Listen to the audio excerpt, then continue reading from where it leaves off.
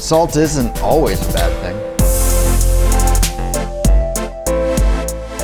Hey everybody, it's Pastor Chris. Hope you're doing fantastic, because you are fantastic. And it's a fantastic day because here we are in week 3 of our series of Prosper the City, where we're taking 3 weeks to plan a service project on the 4th week to make an immediate impact in our community. And at this point, you should have what you're doing, where you're doing it, when you're doing it, and how you're doing it all kind of figured out. And today what you're gonna do is just kind of finalize all of your plans. Make sure everybody's got a role and responsibility, dot all your I's, cross all your T's, and just think through all of the what-if scenarios with your project to make sure that you're ready to prosper the city. Now, I know there's a lot of energy in the room, a lot of excitement, maybe a little bit of anxiety as you're ready to get into planning, but before we do, I want to press pause and let the words and life of Jesus speak to us and inform and guide your time together, just like we did the last couple weeks. And then after that, you'll ask the 3 questions. What does this tell us about Jesus? What does this tell us about people? And what does this tell us about our project? And today's words of Jesus come where he's given this sermon to a huge crowd of people. And here's what he says. He says, "You are the salt of the earth.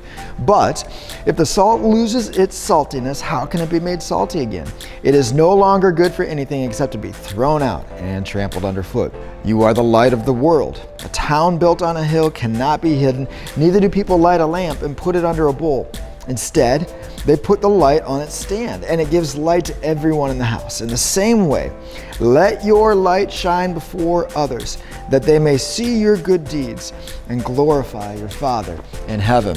Now, I think the second half of Jesus' metaphor there makes a lot of sense. Light, and I think you guys can unpack that together in your discussion. But the first half of what he said, I think, needs a little bit of context, because salt for us is like this thing that we sprinkle on food a little bit. Sodium chloride. Sodium chloride. Sodium chloride. Now, another name for sodium chloride? Salt. Salt. Salt. Or if you're, watching your cholesterol, that's something you try to eliminate. You try to get low sodium things from your diet. But back in the ancient world, salt was like actually a commodity. Roman soldiers would be paid in salt, because not only does salt give flavoring. Man, I just had a cup of coffee, and salt and coffee do not go together. Yeah.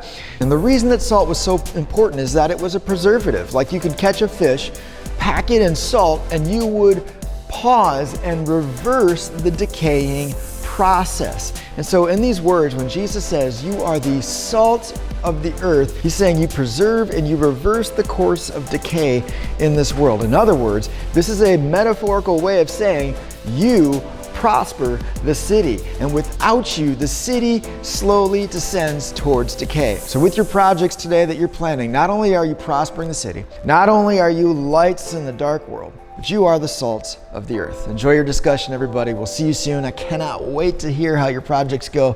Have a great day. Bye-bye.